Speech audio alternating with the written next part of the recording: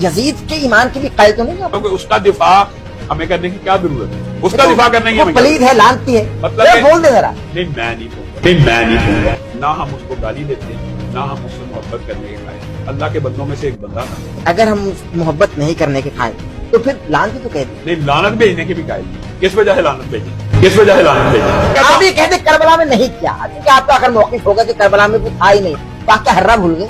मस्जिद नबी में घोड़े बनवाए, अजान नहीं होती रही। मस्जिद नबी में घोड़े बनवाए, अजान नहीं होती रही।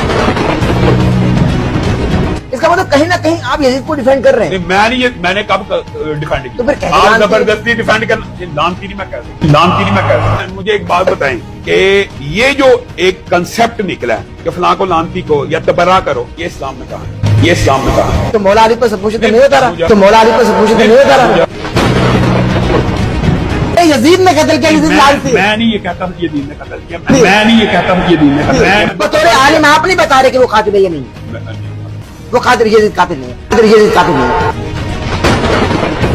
हम सुनते आ रहे हैं, किताबों में पढ़ते आ रहे हैं कि इमाम अली मकाम का रोज़ा अथर महकता हुआ, चहकता हुआ, सजा हुआ हजारों लोग जाते हैं।